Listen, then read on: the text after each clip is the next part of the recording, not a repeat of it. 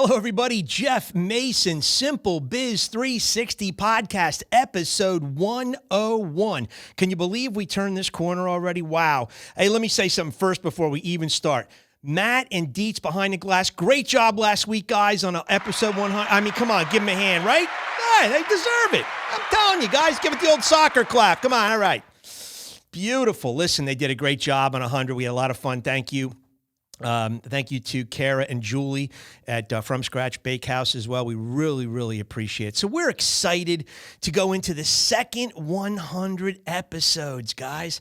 And we're going to do something a little different at the end of each show. We've got a different sign-off. It'll sound a little different and have a little bit of coolness to it, I hope, at the end. And we're going to do something, there that kind of changes things up. And then today on this set, we're going to go through something that's really cool, some two experiences I had that are going to kind of set the stage.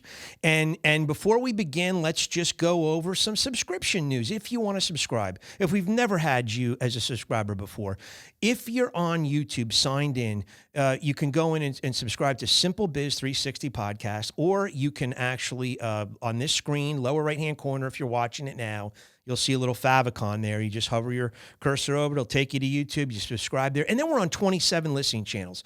So that means, Stitcher, Spotify, Apple, iHeart, you name it, we're on it, and having a lot of fun doing that. It really sounds great. These guys do a super job here in St. Louis at Half Coast Studios on really putting some phenomenal sound and color and visual experience to this as well. So we're excited about that. And I have to start off with an apology. I'm going to rewind to episode 97 with Heather Creech. I haven't been in the studio since episode 97 released, but I just want to apologize to her and her family. Why is that? Well, her maiden name is Duncan, and her family has served our country in the armed forces for 3 generations in the Duncan family. And when Heather was here doing our show in the studio, I forgot to put the American flag up right behind her. And I feel terrible about that because I wanted to do honor and justice to your family. Thank you, Duncan family, for 3 generations of service, and thank you, everybody, for your service out there. And our heart goes out to everyone in Afghanistan that is trying to get back home and get out of that mess. And we just we love you guys, and thank you for all you've done out there. So we've really got a cool show today. We're going to call it Hawkeyes. So what is Hawkeyes, right? Well, this canvas right here is compliments of Ed Phillips. And if you remember Ed, he was our episode 91. So you can find and buy Ed Phillips artwork at Ed, Phil, 1L, IPS, fineart.com, and you can get a hold of all his different paintings there. He's got a great YouTube channel. He does time-lapse videos of painting, and he has a couple time-lapses of this hawk as well. But we're going to be doing this episode called Hawkeyes. And why have we titled it that? Well, a hawk sees really well. In fact, a hawk in general has 8 times the acute eyesight of humans. So it's just, they see so much better than we do the way that God structured their eyes. So we are going to use this episode to catapult us into the next 100, which is going to focus on the experience, the new frontier. And you're going to hear me say a lot about this. The new frontier now is the experience of doing business. And we're going to say, if you can improve the how you do business, you will invariably improve the results of your business, because people are tuned in to how now. Fact is kind of, it's sad to say, but gone out the window in so many cases, that people are looking at the experience, the emotions they got. Did that transaction feel good? Was it smooth? Was it quick? Did it feel good? And we want that experience. So we want to deliver good experiences. And I'm going to go over just a couple things here to show you, what we mean by that. Now, just a quick recap. Everything that you see that we talk about in our book, which I don't have with me, but that's not a problem, SimpleBiz360 Timeless Business Tools. You've seen it before. Our book is predicated on what we call the silent business killers. What does that mean? The silent business killers was from a TARP study back in 1985 or 86. I read it in 88. And it really stuck with me, and I watched it and monitored it for 30 years, and it's been the essence, the epicenter of this book. And what does it say? It says that 26 out of 27 people who have a bad experience with a company don't report it back to the company. And why is that? Simply because they don't expect anything to change. Now, 91% of those people who had that bad experience, 26 out of 27, they just leave. They never tell you. They just disappear. They evaporate. They're gone. It's now throwing you into a mode where you've got to reinvent a customer, replace a lost customer, and that has a cost of 5 times what it costs to get a customer to replace a customer. It's 5 times the cost. So we don't want to do that either. So what happens? 91% of the people leave. Well, a great majority of those people go on to tell 9 or 10 people about their negative experience. So they're kind of sinking your company with negative experiences. Well, 13% of those malcontents tell 20 or more people.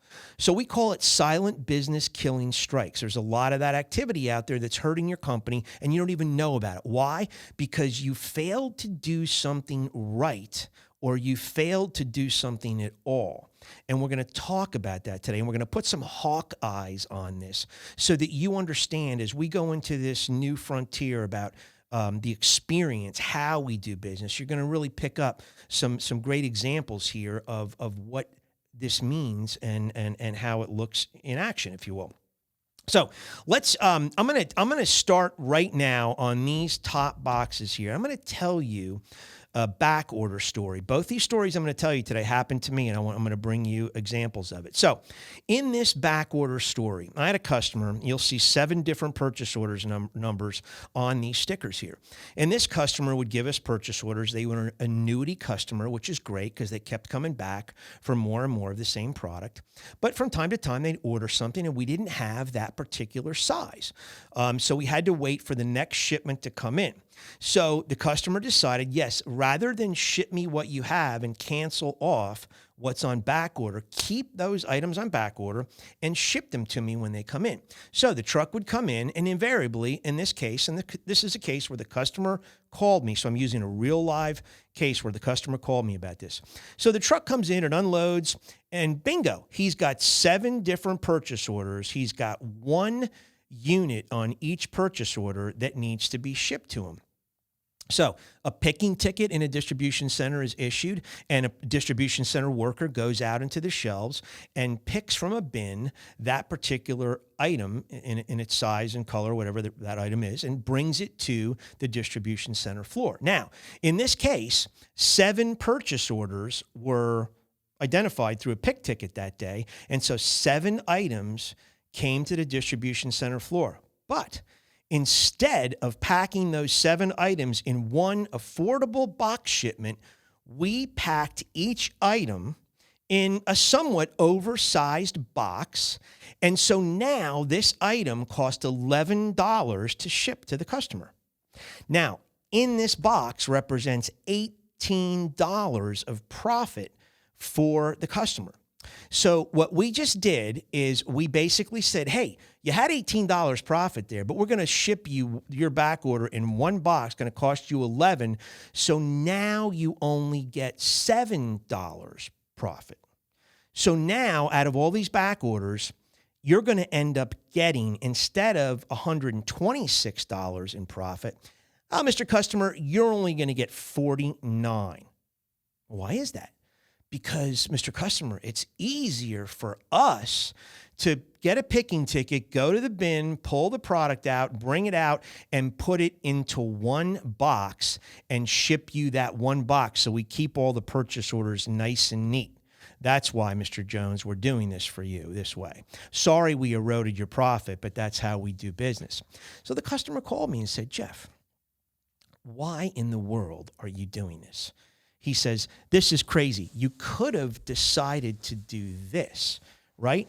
You could have put all of those 7 back orders into one nice box, and those 7 back orders would fit in a box just about like this. And based on the weight and the cost, it would have cost me $21 to ship rather than cost me $77 to ship. In that case, if you look at my initial profit of $126, now my profit is $105. By putting everything in one box, you've just given me $56 of my profit back. Thank you, Jeff. Now, when I took this scenario to the company and said, can we not do business this way, and can we start to do business this way? They said, no, that's not easy for us. We're not going to do that.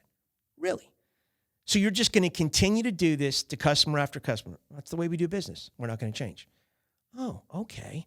So do you think this customer who experiences this over and over and over, what do you really think they have to say about our company? Do you really think it's healthy commentary? Do you really think that he doesn't conduct himself in ways where he shows his displeasure to other brands, other vendors, other business owners? And you don't think he silent business strikes our company? You better believe he silent business strikes our company. And you better believe that we're probably not his first tier supplier for this product. We're probably number 6 because he's tired of dealing with this type of situation. So an easy correction, which again, I was unable to successfully get, was, hey, this could have given him $56 back. So let's park here for a second. Everyone listening to this, I don't care what you do, what business you're in, you all have situations where you could put hawk eyes on how you do things and what you do, and you could figure out things you're doing wrong or you're not doing that could be corrected and could give that profit back to your customer. I mean, far be it from me. How does this guy feel good about doing business with me if I'm taking $56 out of his pocket, when I could be putting it back in by making one separate change? How difficult would that be on the distribution center floor? Let me imagine for a second, if you will. What would that sound like? Hey, distribution center manager, do we have any boxes set up for this customer, XYZ company? Oh, we do? Okay, because I got some back orders coming. We're going to put it in one box, all right? Distribution center manager, yeah, no problem. That'll save the guy some shipping. That's probably all it took. But nobody cared. Nobody cared enough to correct it in the future. So that's problem number 1. Now, here's another situation that I was able to get corrected. But again, let's put some hawkeyes on it. What was the situation? Situation was I made industrial apparel. And I made industrial apparel, and that apparel was under warranty. It had a warranty to it that was necessary for the industry using this apparel because it was high-end performance apparel. So when something would go wrong, we would have to fix that snap or zipper, or, do whatever we need to do to fix that particular piece of apparel. And I must say the company I worked for did a phenomenal job on execution in original production. We had very few failures, very few very few issues where we had to perform any type of warranty. But, we do from time to time. So I made a very, very large, had a very, very large distribution of product. We had about 4,400 pieces out to a customer, and we had 36 pieces come back that needed warranty attention. Long story short, we had our own ills. We fumbled it kind of through the dealer. We fumbled it through our customer service. I ended up taking over the call to action on getting the 36 pieces fixed. It took, now we're like into 8 months. It should have been fixed 8 months ago. Now I'm taking it over and I'm engineering the repair of these items. And lo and behold, one day I'm in my office and I get a package that instead of going to the customer, it came to me. So I go, wow, okay, one of these warranty items came back to me. I never saw a warranty item. I didn't know how it looked or what it looked like. And here's what it looked like. So I open the box up, and it's a fairly oversized box. And I open it up, and here's what I find. I find a piece of apparel falling out of it like this, crumpled up, no hanger, no poly bag, no note, no nothing. That's what it looks like. And it's in a box much bigger than this, by the way. I couldn't find one for the show that actually showed the right size. Like, this is crazy. This is what the customer ends up seeing from us when they get that repair? That's absolutely atrocious. So I wrote a letter. I wrote a letter to the company, and I'm going to move away from the mic here for a second. So I write a letter to the company, and I take a couple pictures. And I say, listen, is there any way we could do this differently in the future? I happened to get this warranty item by mistake, and it absolutely blew me away that that's the state of affairs that we take the customer through when we do a repair. And this is a high-end industrial customer, professional customer. So I said, first of all, why don't we ship it in a box that's designed for one piece of apparel? So it's designed for just one warranty, right? It fits one garment, if you will. Gosh, wouldn't it be cool if we just put a little thank you note in there, a little postcard, make it up, Vistaprint. You can buy 500 of these on 40% off days for, $67. And on the back, maybe have a little note, hey, Mr. and Mrs. Customer, thank you so much for being a customer of ours. We apologize for this warranty repair need. We certainly appreciate you bringing it to our attention. We've repaired the garment to restore it back to its 100% usefulness, and we hope you can forgive us for causing you this delay or whatever, right? Something nice, right? And so I said, why don't we do that? And then, wow, why don't we put that piece of apparel on a hanger and in a poly bag and send it back nice and neat with that little note? Wouldn't that be a little bit better for, customer perception, for the experience of doing business with us? Well, lo and behold, what this company didn't know is all those professional people who have been getting these things, what do you think they really thought about opening up a box where the garment's falling out with no poly bag and no hanger? Yeah, they're MFing us right and left, calling us names, talking trash about us. And again, where do we, that's not healthy for the customer perception. My goodness, you're an important customer. Let me show you how important you are, Mr. Customer. I put a little set of hawk eyes on things and came up with a solution. How difficult is that, right? And we all have situations like this, guys. We all have them, where we can find opportunity for improvement, opportunity to give profitability back to the customer, opportunity to put a smile on that customer face, opportunity for that customer to go out and preach good things about our company, as opposed to, dishing out silent business killer strikes right and left. So again, 2 real-life examples. I was successful in getting the company to change this, and to this day, I believe that I resigned from the company many years ago, but I would have to believe that they now still send out warranty repair that way and say thank you in the process. I've seen some at the retail level in my travels. So at any rate, that's just a little bit of, those are some 2 real life experiences. And again, I challenge you to look into your own business, use your own microscope on the mechanics and the things you do. More importantly, become your customer. Do it in a way where you can receive packages that are unbiased. The person doesn't know that you're shipping them. I used to work in retail, and I always found this funny. I was in security in college. And so I would work, pick up shoplifters. I'd work the cameras, and I worked the store on surveillance. And basically I prevented, shoplifters from leaving the store with products. So any rate, once a year, maybe twice a year, all the big muckety mucks would come from corporate, and they would descend on the store and do a white glove test on the store. And so the muckety mucks would give us a week's notice. Heads up, right? Well, and then we're all working overnight. Crews are doing the floors and tidying up the departments, and everybody's doing everything. Everybody's looking good. Everybody's got everything ship shape. We're all working overnight, and they come through, and everything works well, and they leave, and a week later, the store looked like it did for 5.5 months until they came again. Why? What does that do? That does nothing. That does nothing for the store. It does nothing for the help. It does nothing for the process. If you really want to see what the store is not doing right, you just pop in on it. Just like you pop in on your own product, buy it, warranty it, use a fictitious, use somebody else to do it that doesn't know they're affiliated with you, and see and look at what it feels like. Send mystery shoppers in to your restaurant if you have a restaurant. Get them to tell you what the experience is like. You really need to become your customer to understand what it is they're getting or not getting. So just some ideas there. But, we thought you would like some real life examples to kick off this new era what we're calling the the new frontier, which is the experience frontier. I'm passionate about it. You know that.